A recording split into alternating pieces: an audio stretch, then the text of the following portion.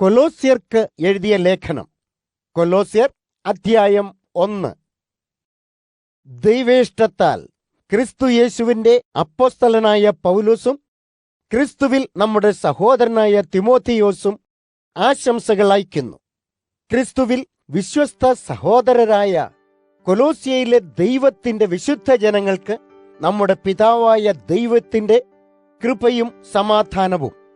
നിങ്ങൾക്കായുള്ള ഞങ്ങളുടെ പ്രാർത്ഥനയിൽ ഞങ്ങൾ എപ്പോഴും നമ്മുടെ കർത്താവായ യേശുക്രിസ്തുവിന്റെ പിതാവായ ദൈവത്തിന് നന്ദി പറയാറുണ്ട്. ക്രിസ്തുയേശുവിലുള്ള സ്നേഹത്തെപ്പറ്റിയും ഞങ്ങൾ കേട്ടതുകൊണ്ട് ദൈവത്തിന് നന്ദി പറയുന്നു. നിങ്ങൾക്കുള്ള പ്രത്യാശ മൂലമാണ് ക്രിസ്തുവിൽ നിങ്ങൾക്ക് വിശ്വാസമുള്ളതും ദൈവജനത്തെ നിങ്ങൾ സ്നേഹിക്കുന്നതും. നിങ്ങൾ പ്രത്യാശിക്കുന്നതൊക്കെ സ്വർഗത്തിൽ നിങ്ങൾക്കായി സൂക്ഷിച്ചു വെച്ചിരിക്കുന്നു എന്ന് നിങ്ങൾക്കറിയാം. സത്യോപദേശമായ സുവിശേഷം നിങ്ങൾ കേട്ടതുകൊണ്ടാണ് ഈ പ്രത്യാശയെക്കുറിച്ച് നിങ്ങൾക്ക് മനസ്സിലായത്. അത് നിങ്ങളോട് പറഞ്ഞിരുന്നു. ലോകത്തിൽ എല്ലായിടത്തും സുവിശേഷം വളർച്ചയും അനുഗ്രഹങ്ങളും കൊണ്ടുവരുന്നു. സുവിശേഷത്തെക്കുറിച്ച് കേൾക്കുകയും ദൈവത്തിന്റെ കൃപയെക്കുറിച്ച് മനസ്സിലാക്കുകയും ചെയ്തതു മുതൽ ഇതുതന്നെ നിങ്ങൾക്കും സംഭവിച്ചിരിക്കുന്നു. എപ്പഫ്രാസിൽ നിന്നും നിങ്ങൾ ദൈവകൃപയെക്കുറിച്ച് മനസ്സിലാക്കി.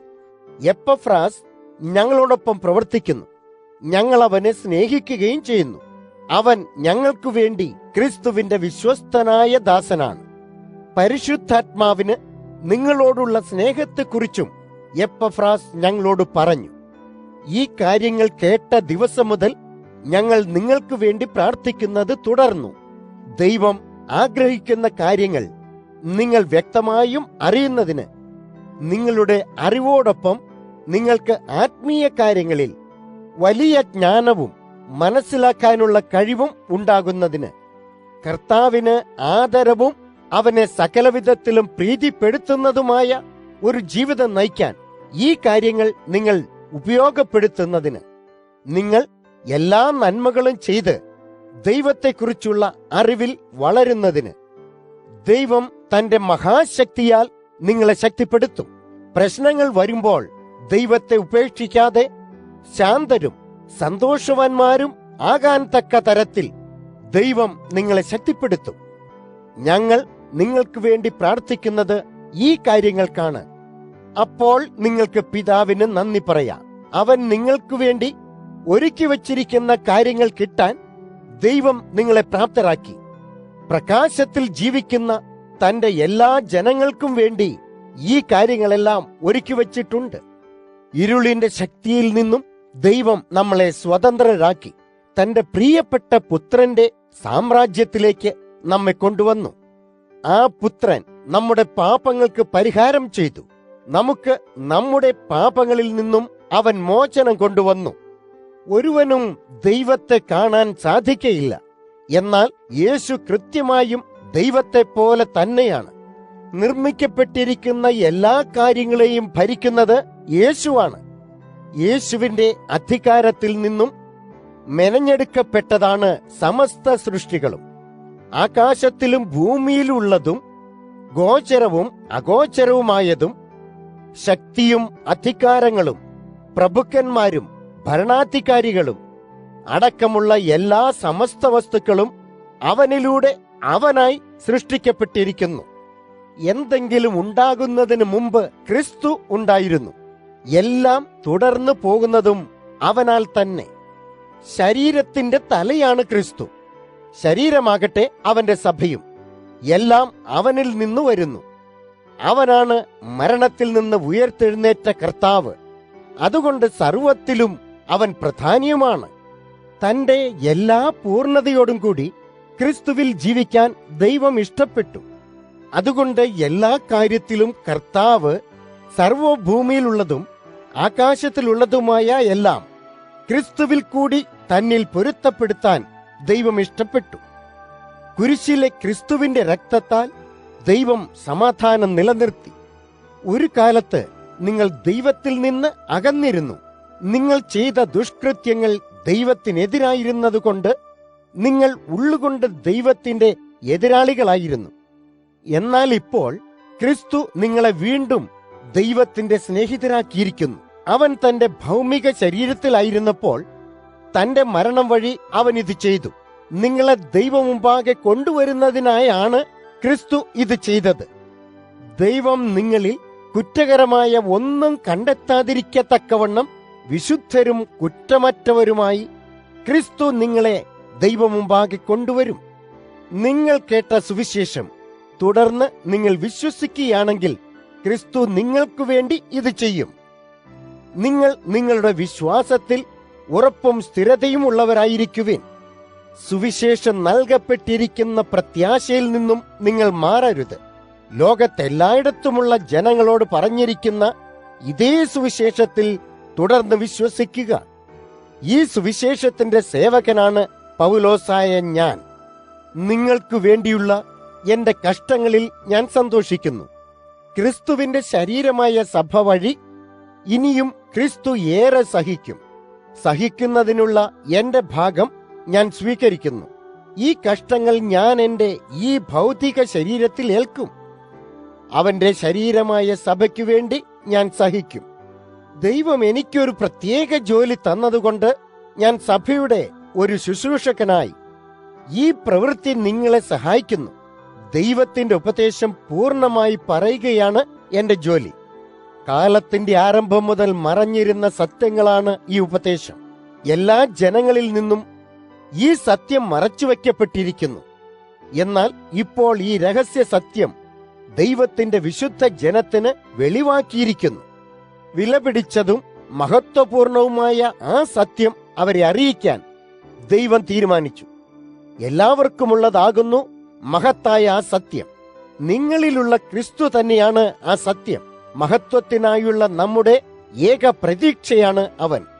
അതുകൊണ്ട് ക്രിസ്തുവിനെ പറ്റി ജനങ്ങളോട് പറയുന്നത് ഞങ്ങൾ തുടരുന്നു. എല്ലാവരെയും ശക്തിപ്പെടുത്താനും പഠിപ്പിക്കാനും ഞങ്ങളുടെ പൂർണ്ണമായ അറിവും ഉപയോഗിക്കും. ക്രിസ്തുവിലുള്ള ആത്മീയ വളർച്ചയിൽ തികഞ്ഞവരായി എല്ലാവരെയും ദൈവമുമ്പാകെ എത്തിക്കാൻ ഞങ്ങൾ ശ്രമിക്കുന്നു. ഇത് ചെയ്യുവാനായി ക്രിസ്തു എനിക്ക് തന്ന മഹാബലത്താൽ ഞാൻ കഠിനാധ്വാനം ചെയ്യുകയും മല്ലിടുകയും ചെയ്യുന്നു. ആ ശക്തി എന്റെ ജീവിതത്തിൽ പ്രവർത്തിക്കുന്നു. കൊലോസ്യർ അധ്യായം 2. ഞാൻ നിങ്ങൾക്കു വേണ്ടി എത്രമാത്രം ക്ലേശിക്കുന്നുവെന്ന് നിങ്ങൾ മനസ്സിലാക്കണമെന്ന് ഞാൻ ആഗ്രഹിക്കുന്നു. ഞാൻ ലൗദിക്കയിൽ ഉള്ളവരെയും എന്നെ ഇതുവരെ കണ്ടിട്ടില്ലാത്ത മറ്റാൾക്കാരെയും സഹായിക്കാൻ മല്ലിടുന്നു. അവരെല്ലാവരും സ്നേഹത്തിൽ പരസ്പരം ഒന്നിച്ച് ശക്തി ആർജിക്കണമെന്നും വിജ്ഞാനത്തിൽ നിന്നും ഉളവാകുന്ന ഉറച്ച വിശ്വാസത്തിൽ അവർ സമ്പന്നരാകണമെന്നും ഞാൻ ആഗ്രഹിക്കുന്നു. ദൈവം വെളിപ്പെടുത്തിയ ആ രഹസ്യ സത്യം നിങ്ങൾ പൂർണ്ണമായി അറിയണം എന്നാണ് ഞാൻ ആഗ്രഹിക്കുന്നത്. ആ സത്യം ക്രിസ്തു തന്നെയാണ്. വിവേകത്തിന്റെയും വിജ്ഞാനത്തിന്റെയും നിധികുംഭങ്ങൾ ക്രിസ്തുവിൽ സുരക്ഷിതമായി സൂക്ഷിച്ചിരിക്കുന്നു. നല്ലതെന്ന് തോന്നിക്കുന്ന തെറ്റായ ആശയങ്ങൾ പറഞ്ഞ് ആരും നിങ്ങളെ വിഡ്ഢികളാക്കരുതെന്ന് കരുതിയാണ് ഞാനിത് പറയുന്നത്. ഞാൻ നിങ്ങളോടുകൂടെ അവിടെയില്ലെങ്കിലും എന്റെ ഹൃദയം നിങ്ങൾക്കൊപ്പമുണ്ട്. നിങ്ങളുടെ നല്ല ജീവിതവും ക്രിസ്തുവിലുള്ള ദൃഢമായ വിശ്വാസവും കാണുന്നതിൽ ഞാൻ സന്തോഷിക്കുന്നു. നിങ്ങൾക്ക് കർത്താവായ ക്രിസ്തു യേശുവിനെ ലഭിച്ചു. അതുകൊണ്ട് ഒരു മാറ്റവും വരുത്താതെ അവനെ പിന്തുടരുക. നിങ്ങൾ ക്രിസ്തുവിനെ മാത്രം ആശ്രയിക്കുക. ജീവനും ബലവും അവനിൽ നിന്ന് വരുന്നു. ആ സത്യം നിങ്ങളെ പഠിപ്പിച്ചിരിക്കുന്നു. യഥാർത്ഥമായ ആ ഉപദേശത്തിൽ നിങ്ങൾക്ക് ഉറപ്പുണ്ടെന്ന് ബോധ്യം വരുത്തണം. എപ്പോഴും നന്ദിയുള്ളവരായിരിക്കണം. തെറ്റായതും അർത്ഥരഹിതവുമായ ആശയങ്ങളാൽ ആരും നിങ്ങളെ വഴി തെറ്റിക്കാതിരിപ്പാൻ ശ്രദ്ധിക്കുക. അത്തരം ആശയങ്ങൾ ക്രിസ്തുവിൽ നിന്നുമല്ല, പക്ഷേ ലോകജനതയുടെ വിലയില്ലാത്ത ആശയങ്ങളാണ് അതൊക്കെ. ദൈവത്തിലുള്ളതെല്ലാം ക്രിസ്തുവിൽ പൂർണ്ണമായി ജീവിക്കുന്നു. ക്രിസ്തുവിന്റെ ഭൂമിയിലുള്ള ജീവിതത്തിൽ പോലും ക്രിസ്തുവിൽ നിങ്ങളെല്ലാം തികഞ്ഞവരാണ്. എല്ലാ അധികാരശക്തികളെയും ഭരിക്കുന്നത് ക്രിസ്തുവാണ്. ക്രിസ്തുവിൽ നിങ്ങൾക്കൊരു വ്യത്യസ്തമായ പരിച്ഛേദനയായിരുന്നു ഉള്ളത്. ആ പരിച്ഛേദന ഒരുവന്റെയും കൈയാൽ നടത്തുന്നതല്ല.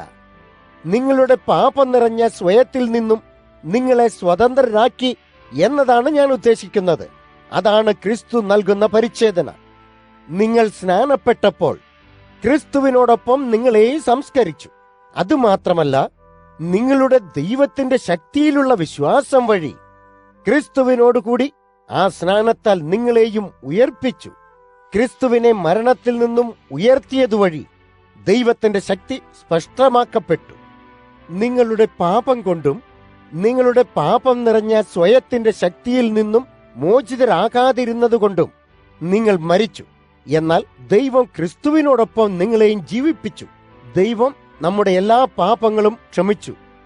ദൈവത്തിന്റെ കൽപ്പനകൾ ലംഘിച്ചതുകൊണ്ട് നാം കടക്കാരായി.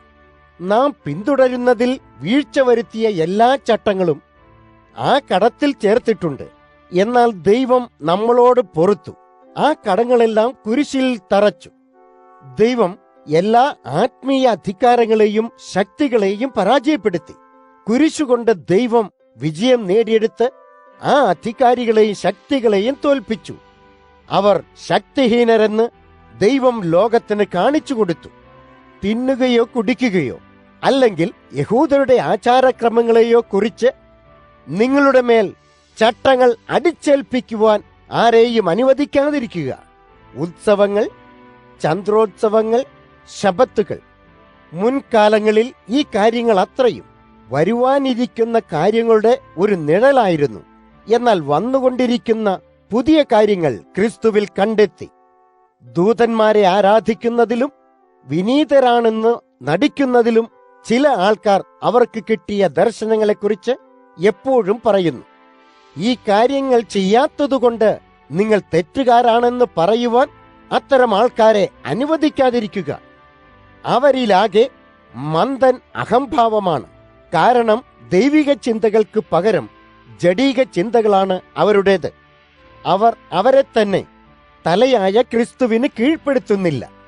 ശരീരം മുഴുവനും ക്രിസ്തുവിനെ ആശ്രയിച്ചിരിക്കുന്നു. ക്രിസ്തു മൂലം ശരീരത്തിലെ എല്ലാ ഭാഗങ്ങളും പരസ്പരം കരുതുകയും അന്യോന്യം സഹായിക്കുകയും ചെയ്യുന്നു. ഇത് ശരീരത്തെ ബലപ്പെടുത്തുകയും അതിനെ ഒന്നായി നിലനിർത്തുകയും ചെയ്യുന്നു. അതുകൊണ്ട് ദൈവം ആഗ്രഹിക്കുന്ന വിധത്തിൽ ശരീരം വളരും. നിങ്ങൾ ക്രിസ്തുവിനൊപ്പം മരിച്ചതുകൊണ്ട് ലോകത്തിന്റെ വ്യർത്ഥചട്ടങ്ങളിൽ നിന്നും മുക്തരായി. അതുകൊണ്ട് ഇപ്പോഴും ലോകത്തിൻ്റെതെന്ന പോലെ എന്തിന് പ്രവർത്തിക്കണം? ഇത്തരം ചട്ടങ്ങൾ എന്തിനു പിന്തുടരുന്നു എന്നാണ് ഞാൻ അർത്ഥമാക്കുന്നത്. അത് തിന്നരുത്, അത് രുചിക്കരുത്, ആ സാധനം തൊടരുത് എന്നിങ്ങനെ. ഉപയോഗം കഴിഞ്ഞ് ത്യജിച്ച വസ്തുക്കളെ പോലെയാണ് ഈ ചട്ടങ്ങൾ. ഈ കാര്യങ്ങൾ അത്രയും ദൈവത്തിൽ നിന്നുള്ളതല്ല, മറിച്ച് അവയെല്ലാം ജനങ്ങളുടെ ആജ്ഞയും ആശയങ്ങളുമാണ്. ഈ ചട്ടങ്ങൾ വിവേകപൂർണമെന്ന് തോന്നാം, പക്ഷേ മനുഷ്യനിർമ്മിതങ്ങളായ മതങ്ങളുടെ ഭാഗമാണവ. ആ മതങ്ങൾ ആളുകളെ വിനീതർ എന്ന് നടിപ്പിക്കുന്നതിന് തങ്ങളുടെ ശരീരങ്ങളെ ശിക്ഷിക്കുന്നതിനും കൂട്ടുനിൽക്കുന്നു. എന്നാൽ ഈ ചട്ടങ്ങൾ അവരുടെ പാപം നിറഞ്ഞ സ്വയം ആവശ്യപ്പെടുന്ന ദുഷ്ടകാര്യങ്ങൾ ചെയ്യാതിരിക്കാൻ സഹായിക്കുന്നില്ല. കൊലോസ്യർ അധ്യായം 3. ക്രിസ്തുവിനോടൊപ്പം നിങ്ങളെയും മരിച്ചവരിൽ നിന്ന് ഉയർപ്പിച്ചു. അതുകൊണ്ട് സ്വർഗത്തിലുള്ള കാര്യങ്ങൾ കിട്ടുവാൻ ഹൃദയംഗമായി ആഗ്രഹിക്കുക. അവിടെ ദൈവത്തിന്റെ വലതുവശത്തായി ക്രിസ്തു ഇരിക്കുന്നുണ്ട്. സ്വർഗത്തിലുള്ള കാര്യങ്ങളെക്കുറിച്ച് മാത്രമേ വിചാരിക്കാവൂ, ഭൗമിക കാര്യങ്ങളെക്കുറിച്ച് പാടില്ല. നിങ്ങളുടെ പാപം നിറഞ്ഞ പഴയ സ്വയം മരിക്കുകയും നിങ്ങളുടെ പുതുജീവൻ ക്രിസ്തുവിനോടൊപ്പം ദൈവത്തിൽ സംരക്ഷിക്കുകയും ചെയ്തു. ക്രിസ്തുവാണ് നിങ്ങളുടെ ജീവൻ. ക്രിസ്തു വീണ്ടും വരുമ്പോൾ നിങ്ങൾ അവന്റെ മഹത്വം പങ്കുവയ്ക്കും. അതുകൊണ്ട് നിങ്ങളുടെ ജീവിതത്തിൽ നിന്ന് എല്ലാ ദുഷ്ടതകളെയും, ലൈംഗിക പാപങ്ങൾ, കളങ്കം, കാമം, ദുഷ്ചിന്തകൾ ഇവയെ നീക്കുക. വിഗ്രഹാരാധന നിങ്ങളെ നിയന്ത്രിക്കാൻ അനുവദിക്കരുത്. ദുഷ്കാര്യങ്ങൾ ആഗ്രഹിക്കരുത്. ഇവയെ പുറത്താക്കുക. ഈ ആഗ്രഹം ഒരു കള്ളദൈവത്തിന് ശുശ്രൂഷ ചെയ്യുന്നുവെന്നാണ് സൂചിപ്പിക്കുന്നത്. ഈ കാര്യങ്ങളൊക്കെ ദൈവത്തെ കോപാകുലനാക്കുന്നു. പണ്ടത്തെ നിങ്ങളുടെ ദുഷ്ടജീവിതത്തിൽ നിങ്ങളും ഈ കാര്യങ്ങളൊക്കെ ചെയ്തിരുന്നു. എന്നാൽ ഈ കാര്യങ്ങൾ ഇനി നിങ്ങളുടെ ജീവിതത്തിൽ നിന്നും ഒഴിവാക്കണം. കോപം, ഉഗ്രമായ അമർഷം, വിദ്വേഷം, അന്യരെ വാക്കുകൊണ്ടോ പ്രവൃത്തി കൊണ്ടോ മുറിപ്പെടുത്തുന്നത്, ആഭാസകരമായ ഭാഷാപ്രയോഗം തുടങ്ങിയവ ഒക്കെയാണിത്. പരസ്പരം കള്ളം പറയരുത്. എന്തുകൊണ്ടെന്നാൽ നിങ്ങളുടെ പാപജീവിതവും പണ്ട് ചെയ്തുകൊണ്ടിരുന്ന കാര്യങ്ങളും ഉപേക്ഷിച്ചു കഴിഞ്ഞു. പുതുജീവിതം നിങ്ങൾ തുടങ്ങിക്കഴിഞ്ഞു. ആ പുതുജീവനിൽ നിങ്ങളെ പുതിയവരാക്കി നിങ്ങളെ സൃഷ്ടിച്ചവനെ പോലെ നിങ്ങൾ ആയിക്കൊണ്ടിരിക്കുകയാണ്. ആ പുതുജീവിതം ദൈവത്തിന്റെ യഥാർത്ഥമായ വിജ്ഞാനം നിങ്ങൾക്ക് കൊണ്ടുവരുന്നു. അതിൽ യവനനെന്നോ യഹൂദനെന്നോ ഉള്ള വ്യത്യാസമില്ല. പരിച്ഛേദനക്കാരനെന്നോ അഗ്രചർമ്മിയെന്നോ വിദേശിയെന്നോ സ്വദേശിയെന്നോ പരിഷ്കൃതനെന്നോ അപരിഷ്കൃതനെന്നോ അടിമയെന്നോ സ്വതന്ത്രനെന്നോ ഉള്ള വ്യത്യാസമില്ല. എന്നാൽ ക്രിസ്തു അങ്ങനെയുള്ള എല്ലാ വിശ്വാസികളിലുമുണ്ട്. ക്രിസ്തുവാണ് സർവോത്കൃഷ്ടൻ. ദൈവം നിങ്ങളെ തിരഞ്ഞെടുത്ത് തന്റെ വിശുദ്ധ ജനമാക്കി. അവൻ നിങ്ങളെ സ്നേഹിക്കുന്നു. അതിനാൽ എല്ലാവരോടും കരുണയുള്ളവരാകുവിൻ. ദയാലുവും വിനീതനും മൃദുലനും ശാന്തനുമാകുവിൻ. പരസ്പരം ദേഷ്യപ്പെടാതെ ക്ഷമിക്കുവിൻ, കാരണം കർത്താവ് നിങ്ങളോട് ക്ഷമിച്ചു. ഇതെല്ലാം പാലിക്കുക. എന്നിരുന്നാലും ഏറ്റവും പ്രധാനം സ്നേഹമാണ്. പരിപൂർണ ഐക്യത്തിൽ നിങ്ങളെ ഒന്നിച്ചു നിർത്തുന്നത് സ്നേഹമാണ്. ക്രിസ്തു നിങ്ങൾക്ക് നൽകുന്ന സമാധാനം നിങ്ങളുടെ വിചാരങ്ങളെ നിയന്ത്രിക്കട്ടെ. സമാധാനം കിട്ടുന്നതിനായി നിങ്ങളെ എല്ലാവരെയും ഒരു ശരീരത്തിലേക്ക് ഒരുമിച്ച് വിളിച്ചിരിക്കുന്നു. എപ്പോഴും നന്ദിയുള്ളവരാകുവിൻ. ക്രിസ്തുവിന്റെ ഉപദേശങ്ങൾ നിങ്ങളുടെ ഉള്ളിൽ സമ്പന്നമായി ജീവിക്കട്ടെ. പരസ്പരം ശക്തിപ്പെടുത്താനും നിങ്ങളുടെ എല്ലാ അറിവും ഉപയോഗപ്പെടുത്തുക. ദൈവത്തോട് ഹൃദയത്തിൽ നന്ദിയുള്ളവരായി സങ്കീർത്തനങ്ങളും ഗീതങ്ങളും ആത്മീയ ഗാനങ്ങളും പാടുവിൻ. നിങ്ങളുടെ സംഭാഷണവും പ്രവൃത്തിയും എല്ലാം നിങ്ങളുടെ കർത്താവായ യേശുവിന് വേണ്ടിയാകട്ടെ. നിങ്ങളുടെ എല്ലാ പ്രവൃത്തികൾക്കും പിതാവായ ദൈവത്തിന് യേശുക്രിസ്തു വഴി നന്ദി പറയുവിൻ. ഭാര്യമാരെ, നിങ്ങൾ ഭർത്താവിന്റെ അധികാരത്തിന് കീഴ്പ്പെടുക. ഇതാണ് ക്രിസ്തുവിൽ ചെയ്യേണ്ടതായ ശരിയായ രീതി. ഭർത്താവ് തന്റെ ഭാര്യയെ സ്നേഹിക്കുകയും അവളോട് സൗമ്യത ഉള്ളവനുമായിരിക്കണം. മക്കൾ അവരുടെ മാതാപിതാക്കളെ ബഹുമാനിക്കണം. ഇത് കർത്താവിനെ പ്രീതിപ്പെടുത്തും. പിതാക്കന്മാരെ, നിങ്ങളുടെ മക്കളെ നിങ്ങൾ കോപിപ്പിക്കരുത്. നിങ്ങളെ പ്രീതിപ്പെടുത്തുന്നത് കഠിനമായ ഒരു കാര്യമാണെങ്കിൽ നിങ്ങളെ പ്രീതിപ്പെടുത്തുന്നതിൽ നിന്ന് അവർ നിരുത്സാഹപ്പെടും. വേലക്കാർ തങ്ങളുടെ യജമാനന്മാരെ എല്ലാ കാര്യങ്ങളിലും അനുസരിക്കണം. യജമാനന്മാർ നിങ്ങളുടെ അടുത്തില്ലാത്ത സമയവും അനുസരിക്കുക. എന്നാൽ യഥാർത്ഥത്തിൽ നിങ്ങൾ മനുഷ്യരെ പ്രീതിപ്പെടുത്താനല്ല ശ്രമിക്കുന്നത്, പിന്നെയോ കർത്താവിനെയാണ്. അതിനാൽ സത്യസന്ധതയോടുകൂടെ അനുസരിക്കുക, കാരണം നിങ്ങൾ കർത്താവിനെ ബഹുമാനിക്കുന്നു. നിങ്ങൾ ചെയ്യുന്ന എല്ലാ പ്രവൃത്തിയും നിങ്ങളെ കൊണ്ടാകാവുന്നതിന്റെ പൂർണ്ണതയിൽ ചെയ്യുവിൻ. ദൈവത്തിനു വേണ്ടി ജോലി ചെയ്യുന്നത് പോലെ ചെയ്യുവിൻ. അതുവഴി നിങ്ങൾ ആളുകളെയല്ല ദൈവത്തെയാണ് സേവിക്കുന്നത്. കർത്താവിൽ നിന്നും നിങ്ങൾക്ക് നിങ്ങളുടെ പ്രതിഫലം കിട്ടുമെന്ന് ഓർക്കുവിൻ. തന്റെ ജനത്തിന് വാഗ്ദാനം ചെയ്തത് അവൻ നിങ്ങൾക്ക് തരും. നിങ്ങൾ കർത്താവായ ക്രിസ്തുവിനെയാണ് ശുശ്രൂഷിക്കുന്നത്. തെറ്റ് ചെയ്താൽ ആ തെറ്റിനെ പ്രതി ശിക്ഷിക്കപ്പെടുമെന്ന് ഓർക്കുവിൻ. ദൈവം എല്ലാവരോടും ഒരുപോലെ പെരുമാറുന്നു. കൊലോസ്യർ അധ്യായം 4. യജമാനന്മാരെ, നല്ലതും ന്യായവുമായ കാര്യങ്ങൾ നിങ്ങളുടെ ദാസന്മാർക്ക് കൊടുക്കുവിൻ. സ്വർഗത്തിൽ നിങ്ങൾക്ക് ഒരു യജമാനൻ ഉണ്ടെന്ന് ഓർക്കുവിൻ. ദൈവത്തിന് നന്ദി പറഞ്ഞുകൊണ്ട് പ്രാർത്ഥിക്കുന്നത് തുടരുവിൻ. ഞങ്ങൾക്കു വേണ്ടിയും പ്രാർത്ഥിക്കുവിൻ. തന്റെ സന്ദേശം ജനങ്ങളോട് പ്രസംഗിക്കുന്നതിന് അവസരം തരണം എന്ന് പ്രാർത്ഥിക്കുവിൻ. ക്രിസ്തുവിനെ പറ്റി മുമ്പ് മറച്ചുവെച്ചതും പിന്നീട് ദൈവം തന്നെ വെളിപ്പെടുത്തിയതുമായ ആ രഹസ്യ സത്യം പ്രസംഗിക്കുവാൻ ഞങ്ങളെ കൊണ്ടാകണമേ എന്ന് പ്രാർത്ഥിക്കുവിൻ. ഈ സത്യം പ്രസംഗിച്ചതുകൊണ്ട് ഇപ്പോൾ ഞാൻ കാരാഗ്രഹത്തിലായി. ഈ സത്യം ജനങ്ങൾക്ക് വ്യക്തമാക്കാൻ കഴിയണമേ എന്ന് പ്രാർത്ഥിക്കുവിൻ. അതാണ് ഞാൻ ചെയ്യേണ്ടത്. അവിശ്വാസികളോട് വിവേകപൂർവം ഇടപെടുക.